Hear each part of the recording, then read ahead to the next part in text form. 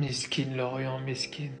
4-0. Le match juste avant, ils en ont pris 7 contre Lille. Là, ils viennent en prendre 4 au Vélodrome. Mes deux Herbie n'avaient pas menti. J'ai une énorme confiance vis-à-vis des recrues. Je pense qu'on peut progresser au niveau du jeu. Et laissez-moi vous dire une bonne chose. Pour la première fois depuis son arrivée, je pèse mes mots. De tous les matchs que j'ai vus, j'en ai raté certains. C'est la première fois que je vois la patte Roberto De Zerbi à l'OM. C'est la première fois que j'ai vu de mes yeux ce qu'on appelle le De Zerbi Ball.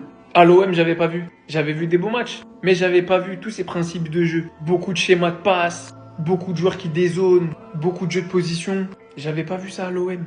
Aujourd'hui, au-delà de la victoire, ses premiers buts pour Benjamin Pavard. À peine arrivé, déjà chouchou au Vélodrome.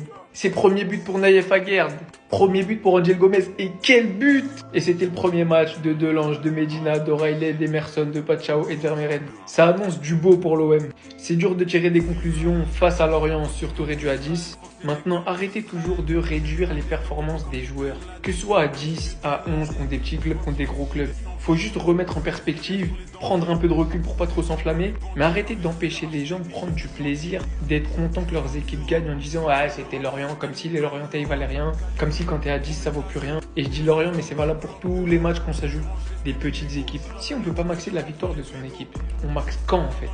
Parce que tout le temps pour le Barça, oui mais vas-y, ça jouait Elche, ça jouait... Non, il y a plus petit, il y a plus grand.